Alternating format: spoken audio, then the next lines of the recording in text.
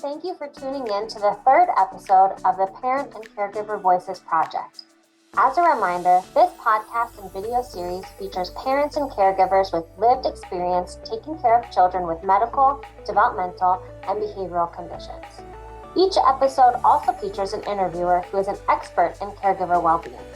Today, we will hear from Nicole, whose daughter has a rare genetic disorder. Nicole also runs an Instagram account, the Carewell Collaborative, that provides humor and support for caregivers.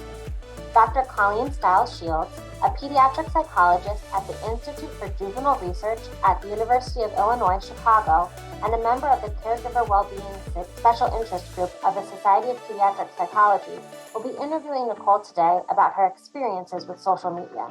Nicole explores both benefits and challenges related to social media as a caregiver of a child with a complex medical condition. Hello there. My name is Colleen Stiles-Shields, and I'm a pediatric psychologist at the Institute for Juvenile Research at the University of Illinois at Chicago. A lot of my work centers around how we can welcome pediatric patients, particularly teens and their caregivers, to collaborate with us to make digital health interventions and tools be more engaging and work better for them in their real lives. And I am very happy to be joined by Nicole today. Nicole, could you please introduce yourself and your family's experience with caregiving for your kiddo's pediatric health condition? Sure, yes. Hi, thank you for having me. I'm Nicole Crump. My daughter is Mira. She is about to turn 7 on October 17th, and she has a really rare genetic disorder called a GNAO1 mutation. It's a single gene mutation that affects every aspect of her life. So she is completely nonverbal, non-ambulatory, and relies on a lot of heavy medical intervention to just kind of carry out her day-to-day life. She has a deep brain stimulator, a GJ tube. She just got a colostomy a couple weeks ago. All that being said, I don't want to paint this like sad, negative picture of her. She is really, really smart and hilarious and bright and just so fun and joyful, and does require a lot of work though. So it's felt like 7 years. People always say, I can't believe the time goes so fast. And I'm like, I have felt every second of these years, but it's been good. Yeah, it sounds like I forgot, that's the personal side of me, and professionally I do work at the University of Kansas Medical Center for the LIND grant, which is Leadership Education and Neurodevelopmental and Related Disabilities, and there I focus on caregiver health and well-being. You wear a lot of hats. You wear a lot of hats, and it sounds like you also welcomed all of the complex feelings that have happened in the last 7 years. It's been a journey to accept them all, yes, but I feel like I'm more at that place. Yeah. That's fair. And also happy almost 7 years. That's a huge milestone for you too. Yeah, thank you. You're welcome. So Nicole, among her many hats too, I'm also hoping to speak to you today about your experiences with navigating social media as a caregiver. So before we dive in, because I'm really excited to learn so much from you, can you allow me to nerd out for a second? Absolutely. Thank you. I love nerding out. So in us talking about social media has a number of opinions surrounding its use, but unfortunately, most social media companies are just not sharing their data. So it makes it really hard for us to empirically answer a lot of questions about social media. That said, what we do know is that social media experiences are not a one-size-fits-all, and a lot likely depends on how and why someone is using social media. So for caregivers of pediatric patients, there's actually a growing body of literature indicating that caregivers can use social media to form connections and community around their experiences. And these are experiences that their formal real life communities might have a hard time empathizing with or really getting. So to dive into this a bit more, we're so lucky to have your expertise, Nicole. Nicole runs an Instagram account called Carewell Collaborative. Now, this account is aesthetically beautiful. It offers practical tips. It normalizes so many things, and it includes so much levity and humor, which seem like really key ingredients to engaging caregivers of kiddos with disabilities. So Nicole, I checked out this account before we met, and I couldn't stop looking at it. I laughed out loud. It was a lot of fun to interact with. Good. like I said, I'm really excited to learn from you today.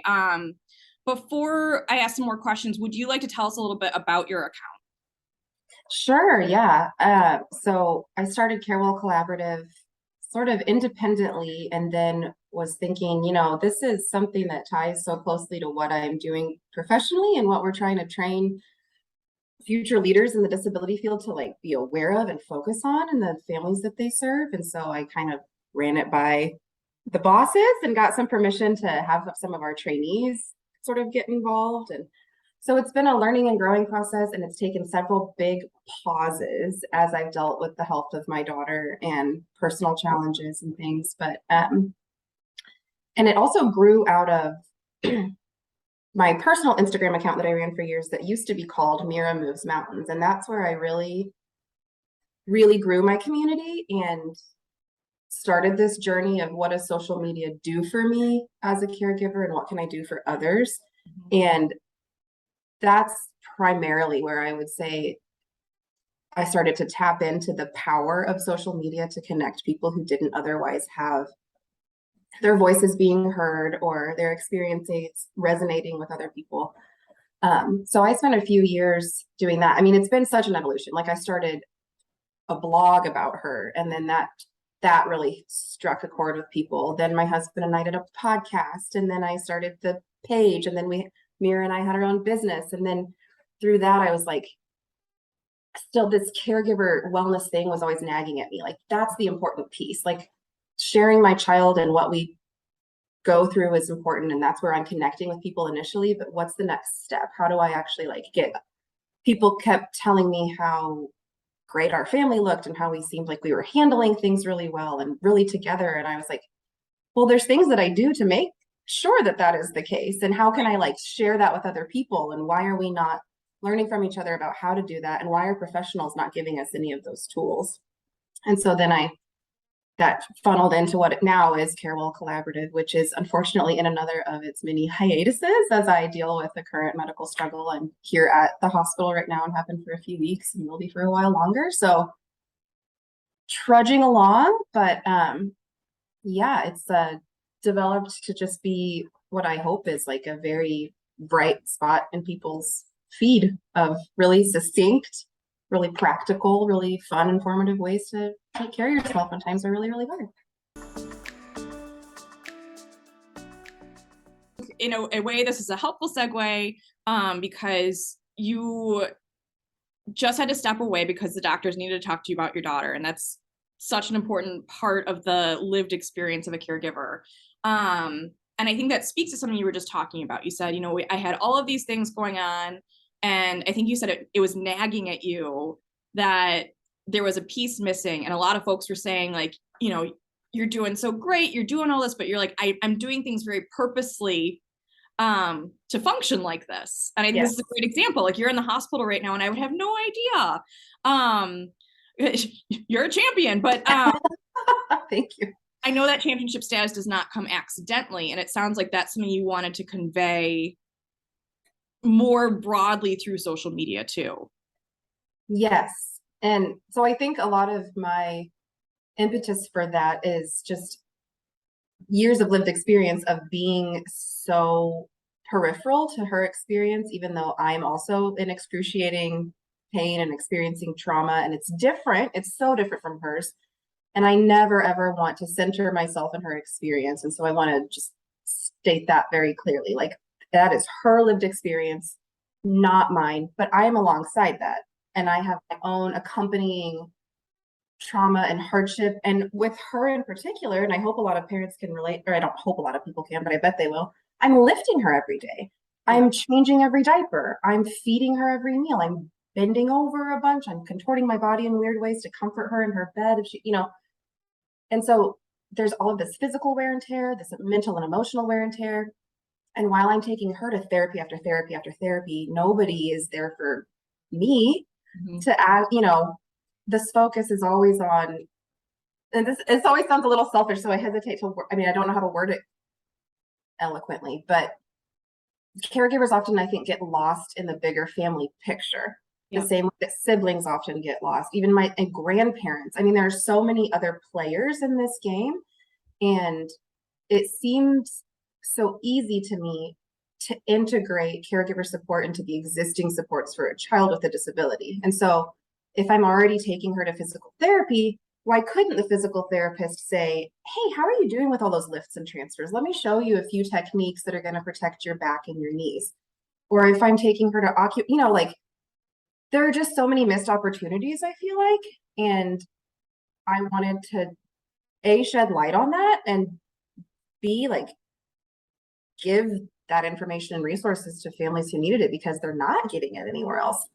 And what I have found so frustrating over the years, if I do find parent and family resources about self-care and wellness, it's like, it's so vague. It's this bullet point list of, like drink water, get exercise, go to a therapist. And it's like, I don't have time, to do these sorts of things. They don't integrate well into my day.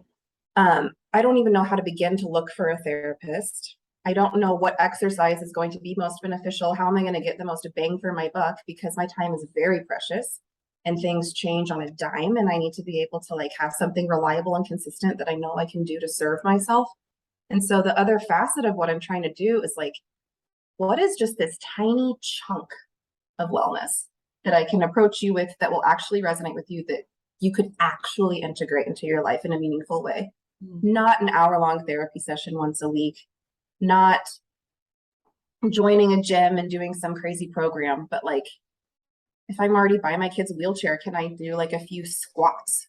What are the muscles that I need to target to be able to maintain my hip health so I can do this forever? Or if I just need like a moment of mindfulness because I am up here and I need to be more regulated, what's like a snippet of something that I can call upon as a good tool for myself? And so as I started to collect those things and approach wellness experts about them, it's like, I gotta spread the love, like people need to know how to do these things. And I call on them all the time. Like, I will recall bits of my own therapy sessions where I got one amazing tool that I still utilize. And so I want to just like give that tool to people on a Wednesday, like try this. Maybe it won't work for you, and that's okay. I'm not trying to like solve everybody's problems, but if they can find one little thing that they can integrate into their wellness routine and they can feel better about themselves, their caregiving experience is going to be better, and ultimately their children are going to fare better too. What a wonderful and thoughtful gift you're putting out there. Well, it would be if I could be consistent with it, but that's a story for another day. Yeah. Well, but I think you've also touched upon this, like it's not that you're being inconsistent, you're also prioritizing the needs of yourself and your family and yes, doing that appropriately. Practicing what I preach, I guess. Yeah. Exactly. If someone in your family or yourself need a moment, that's going to rank higher for you than a social media post. And that's real. Yeah, absolutely. And I have, to be fully transparent, completely stepped away from my personal page that was Miriam's Mountains. It's been through many iterations. I've thought many times over the years, like I was becoming less and less comfortable sharing her life without her permission. Yeah. And there's a lot of complexity in that conversation about sharing on behalf of the disabled child. Yeah. I had a lot of hard conversations, a lot of good conversations. I learned a lot. I learned a lot from disabled adults. And I ultimately was like, this is not the right thing for me anymore. So then I changed the name. It was my personal page. I stopped sharing so much about her directly, but more just about the caregiving experience. And then it just kind of reached a point where, like you said, I was worried about likes, or I got really defensive about comments when it's not the space that I needed to be in to function well and to be my best self for my family or for just me. And I had so much fun for a while creating reels and content and thinking about those things and being creative, and it was a nice outlet. But then ultimately, when it started to kind of take over a little bit and I would find myself thinking about my Instagram page, I was like, that's not even real life. And I need to kind of refocus my energies on what's right here in front of me and be more present. So but it comes in waves. There are times I'm not ruling it out entirely forever either. I think in this like chapter, in this season of my life, it's just something that I need to distance myself from a little bit, and that's okay. And if in the future I think it's fun again and it is meaningful again, then I'll revisit it, because I do miss the good conversations and the friends I made through there, and the validation of lived experience, and just trying to, getting to swap stories and that kind of thing. But it was, it's a sensitive space to exist in. And I also found myself kind of almost not, I guess I'll just be frank, like judging other families who were putting their kids out there in a way that I didn't think was appropriate. And so then that would kind of compromise the relationship I had with them. And I didn't know what to say or if I should say anything. And it got to feel a little icky, and I just wanted some space. Nicole, your transparency is just so helpful, because I think so many parents and caregivers just experience a lot of what you're describing so beautifully. So with it, it sounds like you've been really thoughtful about when social media is giving to you and when it's taking from you. Mm-hmm. And as much as you feel comfortable, like this will be disseminated to caregivers and behavioral health specialists who may talk to caregivers, as much as you feel comfortable, what have been warning signs to you that either this is helping or this is not helping? So I think, yeah, the helping, and where I keep kind of coming back to it. Every time I would want to step away, I would get these messages that this has meant so much to me. This changed my perspective on how I view my relationship with my child. I integrated this into my daily routine. This is such a positive space on the internet. Thank you for being here. Like, it filled my cup to know that I was like helping people feel good about this really, really hard journey that they're on. And I was helping people feel seen and validated. And that is so important to me.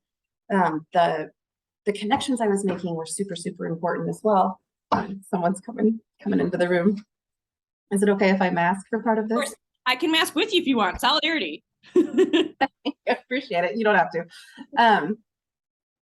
So yeah, I mean, I genuinely made like actual friends. Yeah. Through this. And so that was also a hard thing to kind of, anytime I would want to step away, it was like, but I have friends on there. And we get each other. And I love to see their kids and they love to see my kids. And it's like, because of the life, everybody's life right now is crazy and hard. Caregivers more so, of medically complex children. Yeah. And so to have this like almost easy out of a way to feel that kind of connection when you can't leave the house a ton, you can't go to birthday parties and do things, your plans always get canceled. It was like, it was helpful. It would like give you this boost of, oh my God, I finally feel like I have community. And even though I can't physically get my kid with your kid, our kids are so similar, and let's talk about what that's like. And that was so powerful. Like, I can't underscore that enough. It is such a good, powerful feeling to form that sense of community and connection with people that you otherwise would not have had the opportunity to connect with. The flip side of that is like, if those friendships didn't translate into the real world, are they actually friendships? Yeah. And can I step away without that feeling of guilt? And even though I'm getting those positive messages of, oh my gosh, you're helping me so much, this is so incredible, like, is it ultimately my responsibility? Or is it a gift that I can share when I feel I have capacity to? And then I can gift myself the freedom and the space to take care of myself when I need to also. And like I mentioned, I was starting to get in this place of like, I don't feel comfortable that you are getting all of these followers because of this really vulnerable thing that you've shown about your child. Or I don't feel comfortable that you're centering yourself in this experience. Or I feel very triggered every time I see another kid pass away. Or yeah. I'm kind of almost like inserted into other people's trauma over and over and over again, because my feed became just this like doom scroll almost of like really hard stuff that is so like, in the same way that it connected me initially and made me feel this sense of community and validation, it ultimately just became like, I am drowning in this, like taking on like other people's stuff. And I don't know, I just, when I got to that place, I thought, I can't exist here anymore. I can't feel other people's sadness when I have so much of my own. Mm-hmm. And as much as like the content creation was really fun sometimes, then that's also this double-edged sword of like, I'm always filming stuff, and I'm always, instead of just living a really beautiful moment with my children, I'm then putting it on the internet. And for a lot of people, that's okay. And I'm not here to say, like, this is so nuanced, and this is just my perspective. So I'm not here to like shame anybody who is doing that, because again, I might revisit it in the future too. But for privacy reasons, for trying to live in the present moment reasons, I just was like, everything became sort of through the lens of what would resonate with people on the internet that I didn't even know. Mm-hmm. And I didn't like where that was going for me, if that makes sense. Yeah. Yeah. It sounds like you've spent a lot of time really being aware of how you're feeling and thinking and setting boundaries for what's most in line with your values. Yeah. I keep joking to friends that I'm like, I just want to like forage for mushrooms in a linen apron and crochet and read and like make sourdough. Just like picture this like mountain mother, like no social media, no, like I just need this hard reset disconnect chapter of my life. And yeah. Which I think this is, I mean, this is probably so helpful for folks to hear too, that you have this beautiful page, you've put helpful content out there, you're very passionate about it, and you're recognizing this is a really great time for a break for you. And yeah. And there's a difference too, I think, like in the Carewell page, I was very intentional in creating that was not going to include my children. It was going to include parts of my lived experience in a funny, relatable way where I was going to show my face and put myself out there as a real human, but it was more going to be this like umbrella sort of thing. Like, hey, we're experiencing this together. How can we approach it together in a healthy way, versus my personal page where it was really more of that like, this has gone a little too far. And so I do want to get back to the Carewell stuff. I'm passionate about it. But ultimately, yeah, it's like, is social media the best mechanism to disseminate that kind of information? Because I think what's important too is how are we using these tools, and to what end, and what's our ultimate goal here? And so like with the personal stuff and personal sharing, that I think is huge and so important for a lot of people, caregivers, especially kids with really, really rare diseases like mine, to find that connection through a hashtag and be like, oh my God, someone else is doing this, like, holy cow. But I'm kind of also finding myself in this place now with the Carewell stuff of, is this the best place? Do people want to scroll and see like how to take care of themselves on Instagram? Or is that boring? Is that not what they want? And it can get kind of frustrating when I put so much research and thought and work behind a series of posts that I think is going to be like really helpful and really empowering. Like nobody engages with it. Doesn't matter whatsoever. And if I put a 4-second reel of something totally ridiculous, it's like thousands of people watch it. And so that can get a little discouraging too. And I am very self-aware, I think, I hope. And I know that I am sensitive and I don't have the thickest skin. And when that stuff starts to bother me, it's like, do I want to be bothered by that? Or do I just want to move on and focus on my family and find a way to disseminate this information in a way that makes more sense right now? And so that's why I'm trying to work and collaborate with other institutions and develop handouts and things that can be in doctors' offices, or I would love to like design curriculum for practitioners where they can sort of learn how to care for the caregivers, and then it's just integrated into how they're serving the entire family. Because yeah, I don't know, thank you for all the compliments. I do think my page is pretty. I thought it'd be like, I would want to see that, but I think what people want to see is like recognition and validation more so than a suggestion of how to do something differently. And I think that's like a tricky thing, because the pages, again, that do really, really well, I found, are more like And they have a place. They so have a place and they're so important. But it's like, this is so hard. And it is. And I'm not saying that people shouldn't post about that, because it is really, really, really hard. But I think for me, after years of like, this is so hard and no one's helping me, I wanted to like, Yeah. put the help out there, but nobody really, I don't know if people want the help. And I don't want to impose that. I don't want to be like so self-righteous and so unaware that I'm like, no, this is what you need. I've got it figured out. And this is what I'm going to share with you because it's the right thing. Because I don't think that. Mm-hmm. It's such a personal journey. I'm just trying to like offer stuff where I can, but I don't, the stuff people are like, yes, is that juicy, like gritty, hard stuff. Yeah. But that's not the space that I am comfortable existing in. Yeah. Because it brings me down emotionally, and I can't afford to be brought down emotionally. Yep. While I'm trying to do the hardest job in the world. You've got your eyes on the prize. Yeah. Yeah. Yeah. Nicole, I'm blown away by everything you're saying on multiple levels. Like myself as a parent, myself as a pediatric psychologist, but also in full disclosure, I was at a tech-based conference last week where people who just live, breathe, and eat health and different interventions that can be online are all saying exactly what you're saying of like, I've designed this really helpful thing and no one wants it. Really? Yeah.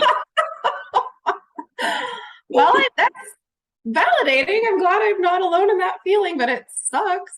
Yes, yes. All of the nerds are with you. We're exactly all in the same spot. That helps validate it all. Good. I mean, solidarity, but man, it's frustrating. It's disheartening because yeah.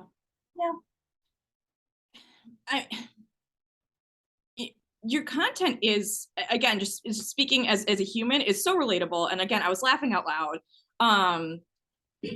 Do you, because you have so many Venn diagrams that you're juggling at once online, right? Because you're like, I'm a parent, I'm a parent of a kid with a chronic illness, I'm a parent of a kid with a disability, I'm you're parent of a typical kid with his own.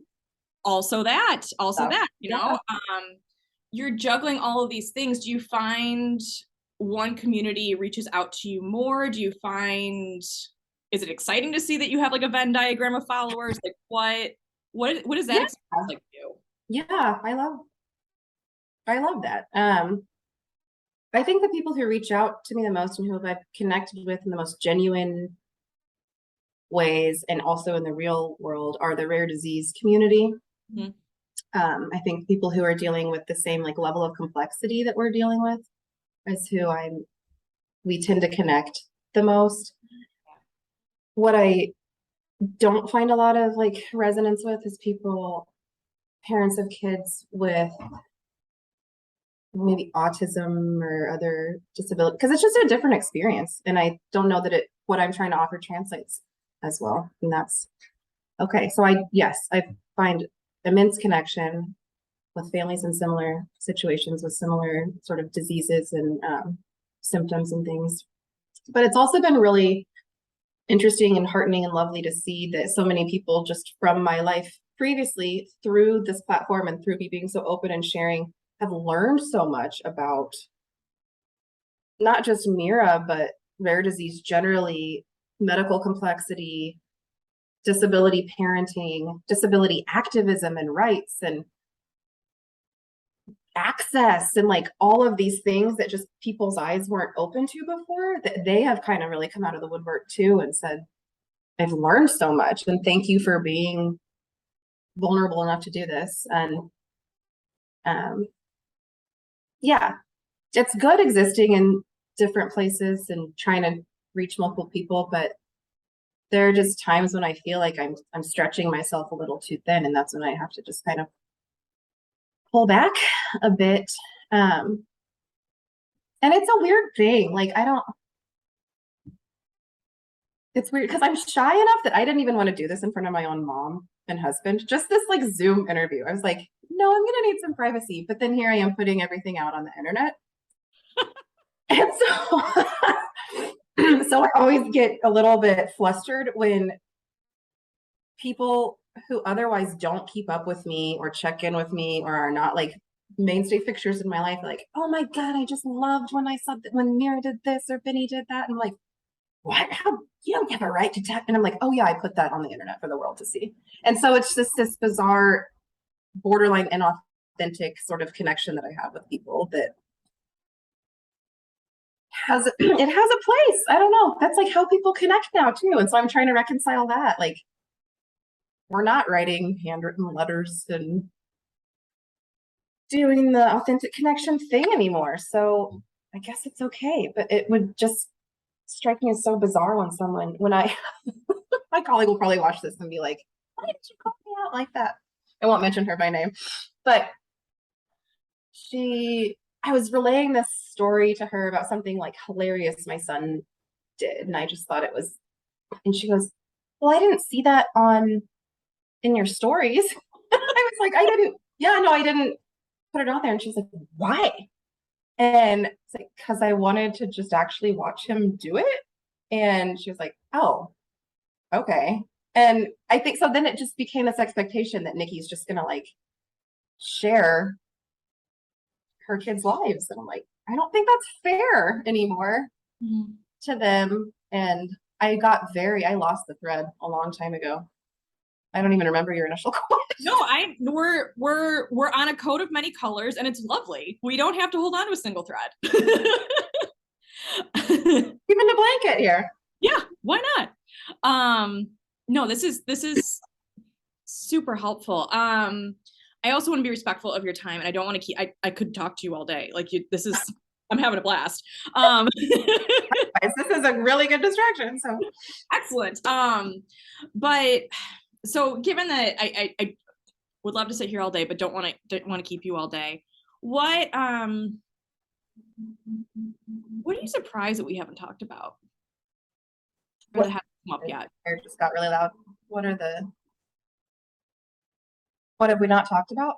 What are you surprised that we haven't covered? Oh, what am I surprised that we haven't covered?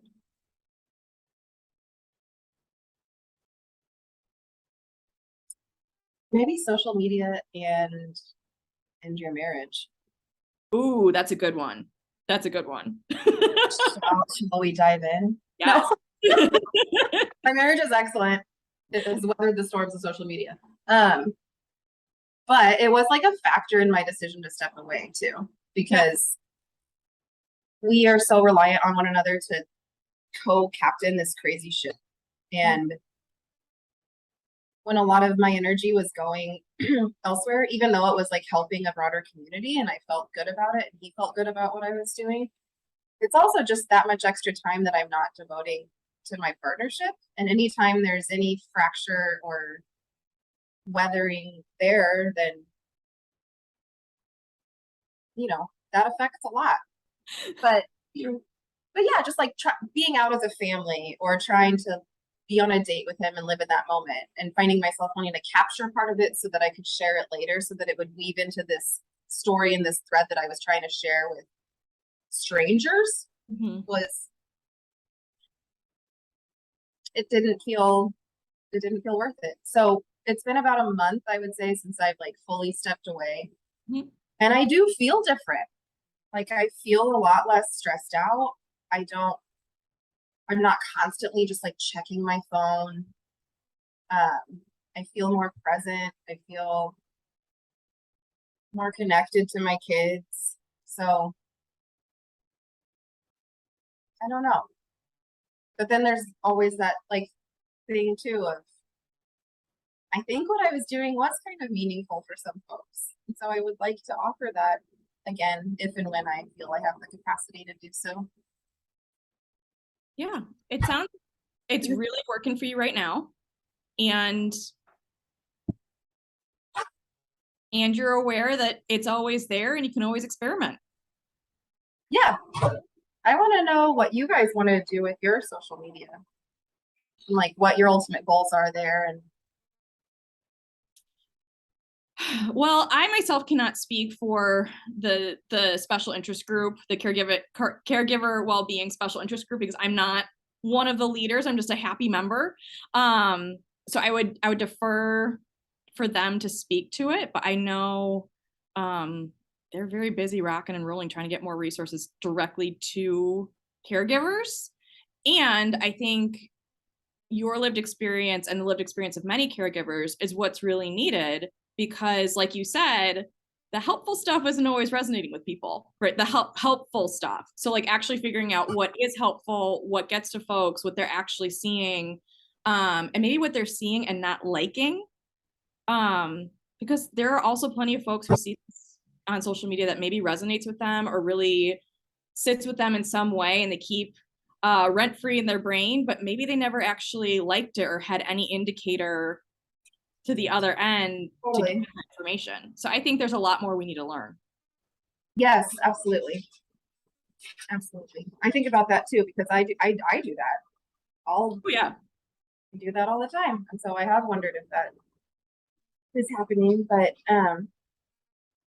another thing that I'll say briefly about just social media and capitalizing on it is the power of connecting with other people who are doing a good job at it. And people generally are so open and receptive to hearing that you love what they're doing and that you want to work with them. And I've connected with some really incredible people, professionals who are wellness experts, or like, yes, absolutely, share my resources, or yes, I'll help co-develop this thing with you. Or people get excited about the work that they're passionate about, and when they learn that you are too, it's like a neat thing, and you can reach a lot more people when you work together. So I guess, yeah, I would say to anybody who's like wanting to start sharing more of their story, just do so mindfully and like be really in tune with how it's making you feel and how it's affecting your relationships in real life, and to really consider what aspects of your child's life you're comfortable sharing with the world, because that stuff's never going away. And it's a very delicate thing. Yeah. What wonderful homework. Practical and helpful for anyone, really. Oh, hopefully. Is there anything that we didn't, I don't know. Did I just, we had a list of questions. Into outer space? Honestly, it was such a wonderful conversation. I truly feel like I've learned so much, and I really appreciate everything that you shared. Well, thank you. I appreciate the opportunity to share, and yeah, again, I hope I don't come off as someone who feels like she has all the answers and is doing this with the intention of like, I don't know. I just want to help, because this is such a hard, and often lonely, I will say, often a very lonely space to exist in. Yeah. So there is a lot of power in the connection that you can find. Yeah. On social media. Yeah.